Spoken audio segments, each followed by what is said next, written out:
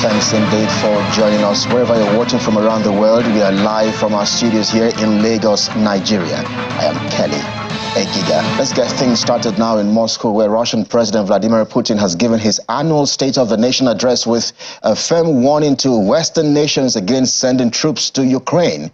In his 2-hour address delivered to Russian officials and members of the public ahead of this year's presidential election, Mr. Putin accuses the West of trying to drag Russia into an arms race. At the same time, he says that Russia needs to strengthen its defenses on its western border, and now that Sweden and Finland were joining NATO. The president says the West provoked the conflict in Ukraine and continues to lie without any embarrassment, saying that Russia allegedly intends to attack Europe. Commenting on French President Emmanuel Macron's statement earlier this week that sending NATO ground troops to Ukraine could not be excluded, President Putin says, quote, "The consequences for possible interventionists will be tragic." He says Russia is a pillar of democracy and will not allow anyone interfere in its internal affairs. President Putin notes that the Russian military has the initiative in the 2-year war in Ukraine, and people must stand together to fight for Russia's sovereignty. Addressing health concerns across the population, the Russian leader had only to advise: stop drinking and take up skiing. There was no State of the Nation speech for his Ukrainian counterpart, Mr. Volodymyr Zelensky, who's been in Albania attending the Ukraine-Balkan summit. But there he has called for increased support from leaders to aid his country's fight against Russian aggression. The Ukrainian president emphasized the need for crucial aid to arrive when promised without any delays. He was speaking alongside Albanian Prime Minister Edi Rama, who reiterated the country's support for Ukraine for as long as it takes.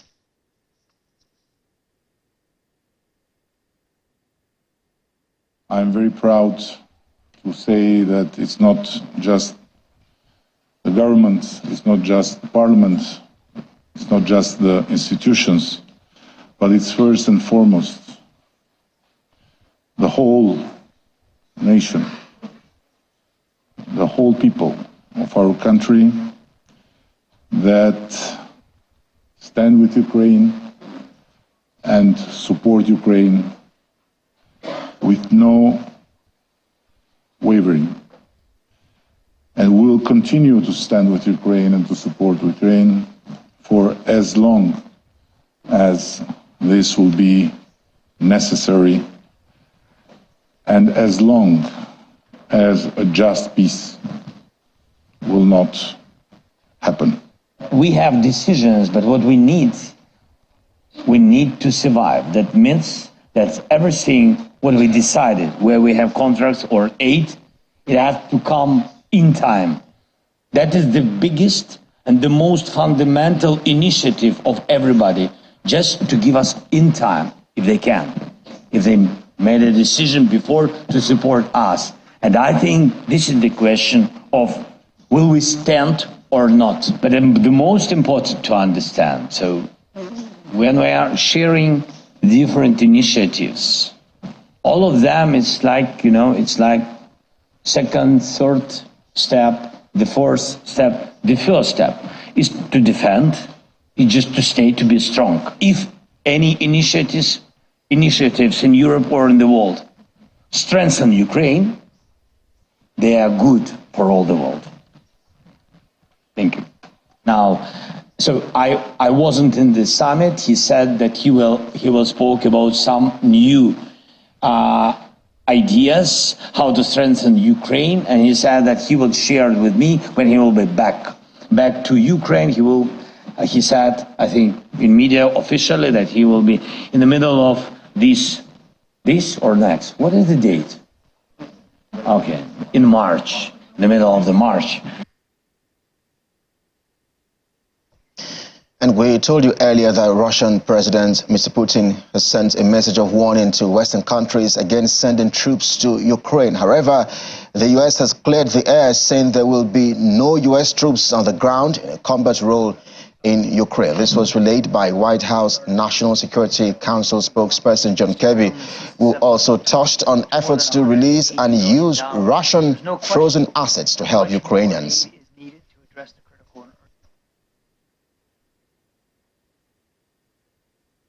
Coordination with the United Kingdom, we sanctioned the deputy commander of Iran's IRGC, Mohammad Reza Khalilzadeh, for his role as a Houthi-affiliated operative and for owning and operating a vessel used to ship Iranian commodities in support of both the Houthis and the IRGC.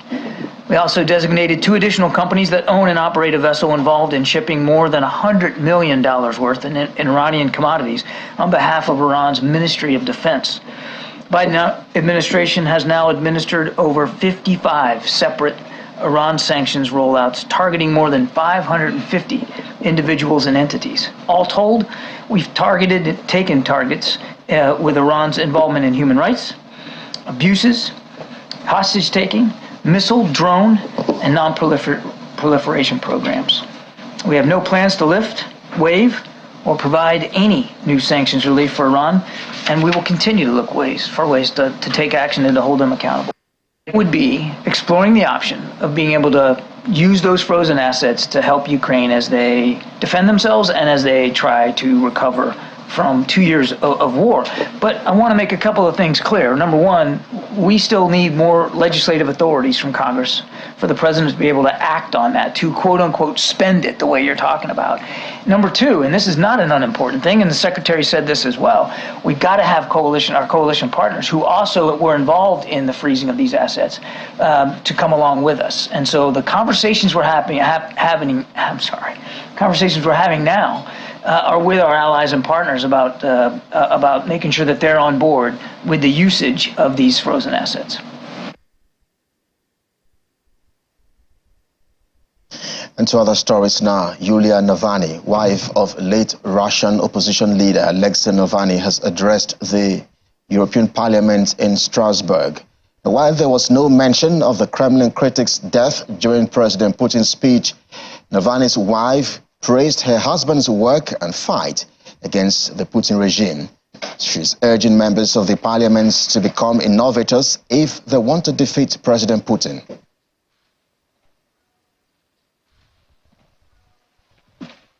The funeral will take place the day after tomorrow, and I'm not sure yet whether it will be peaceful or whether police will arrest those who have come to say goodbye to my husband.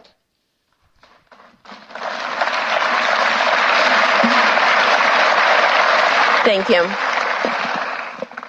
However, I'm standing here because your voters have an important question. They are asking you about it, and then you're asking me. The question is, how can I help you in your fight? Everything has already been used. Weapons, money, sanctions, nothing is working. And the worst has happened. Everyone got used to the war. Here and there people start to say, well, we'll have to come to an agreement with Putin anyway. And then Putin killed my husband, Alexei Navalny. On his orders, Alexei was tortured for 3 years. He was starved in a tiny stone cell, cut off from the outside world and denied visits, phone calls, and then even letters. And then they killed him. Even after that, they abused his body and abused his mother. Even in Putin's gulag, Alexei managed to pass on ideas for projects that would make the Kremlin panic. He was the opposite of everything boring. This is the answer to the question. If you really want to defeat Putin, you have to become an innovator. You have to stop being boring. You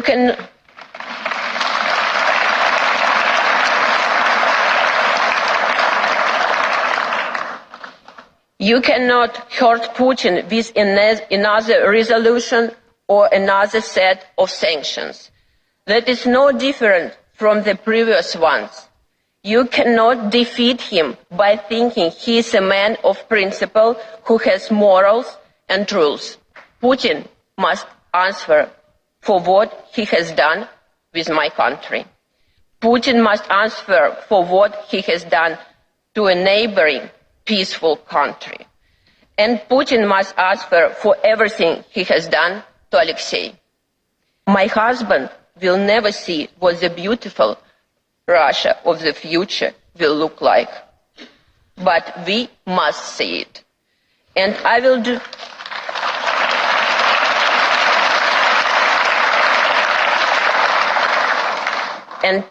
And I will do my best to make his dream come true. The evil will fall and the beautiful future will come. Thank you.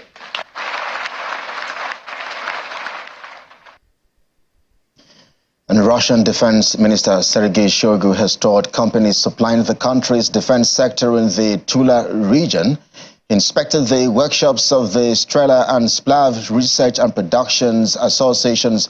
According to the Defense Ministry, the Strela Research and Production Association presented Mr. Shoigu with a new system providing additional protection for radar technology from ammunition.